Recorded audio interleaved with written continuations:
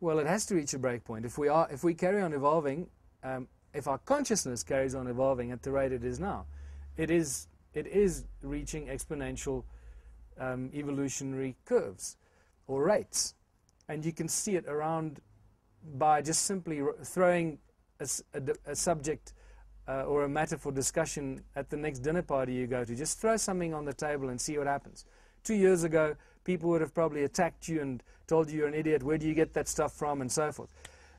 Now suddenly, they no longer attack you so much, because they might have heard a little bit here, or a little bit there, and it takes a few onslaughts of a little bit of information here, there, and everywhere, when suddenly one of those bits of information resonates with you and says, okay, well, I can get into that little argument. And that's all you need, because now that little argument sucks you in there, and that takes you into the door, through a door that brings you back to all the other arguments and questions that we've raised here today. So it's very difficult to just throw all this stuff at an individual who has never heard this before, because it's going to scare the living shit out of them. And they will just block it and tell you you're crazy and go away, you were sent by the devil, and all that kind of stuff.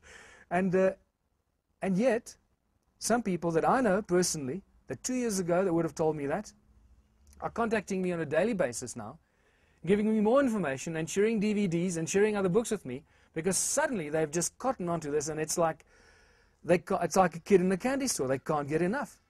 And it's the strangest thing. It's almost when you suddenly tap into that main artery of the truth. Well, let's call it truth for argument's sake. You know, we can call it all kinds of things, but let's call it closer to the truth information. Once you tap into that main artery, you just know that you've tapped into something that previously you were denied. You know, like, I suppose smokers would say that about smoking.